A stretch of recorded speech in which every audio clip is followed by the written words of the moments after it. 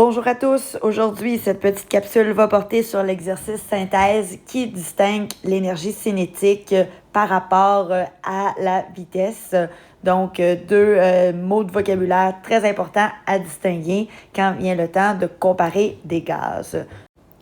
Donc, d'abord, tout en haut à droite, tu as les rappels des définitions. Donc, le fait que l'énergie cinétique dépend de la température d'un gaz, alors que la vitesse de diffusion, elle, ou d'effusion, dépend de la température et de la masse molaire. Alors, les deux premiers gaz en compétition, à vrai dire, c'est deux fois le même gaz, sauf que la température est plus grande à gauche qu'à droite, ce qui confirme que le gaz ira donc plus vite, parce que plus la température augmente, plus l'agitation des particules augmente par le fait même. Et également, selon le postulat 3, quand la température augmente, l'énergie cinétique augmente, ce qui confirme également que c'est le dioxygène à 100 degrés qui a la plus d'énergie cinétique. Maintenant, entre les deux options, on est à 100 degrés des deux côtés. Donc, selon le postulat 3, deux gaz dans le même environnement, à la même température, vont automatiquement avoir la même énergie cinétique. Par contre, considérant que le dioxygène a une masse molaire plus petite que l'argon, il va aller plus vite.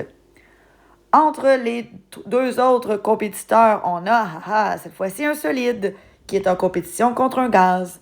Donc, on le sait qu'un solide, il lui manque le troisième type de mouvement et le plus important quand on parle de cinétique, soit le mouvement de translation. Il ne fait que des rotations et des vibrations.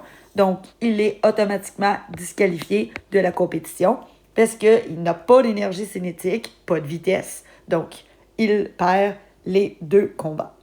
Ensuite, le soufre et le dioxygène. Ce qui est intéressant, c'est qu'ils ont les mêmes masses molaires, donc le S32 directement, alors que le dioxygène, c'est 16 plus 16. Par contre, le soufre a une température nettement plus grande, donc l'énergie cinétique et la vitesse sera plus grande côté soufre, un peu pour les mêmes raisons énumérées lors du premier duel. Donc, plus les particules bougent, plus elles vont vite.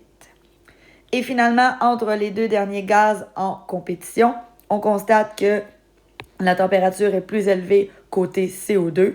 Donc, comme la température est plus grande, l'énergie cinétique sera plus grande selon le postulat numéro 3.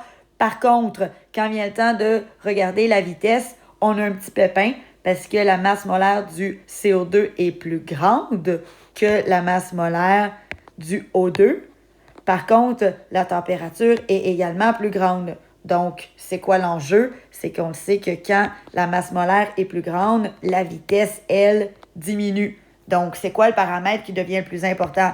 Est-ce que c'est le fait que la température soit plus grande, donc il y a une plus grande vibration des particules? Ou c'est le fait que la masse molaire étant, elle, plus grande, donc la vitesse plus petite, c'est la vitesse qui va l'emporter. Donc, à cause qu'on n'a pas de réponse officielle, ça ne sera pas demandé pour l'instant à l'examen.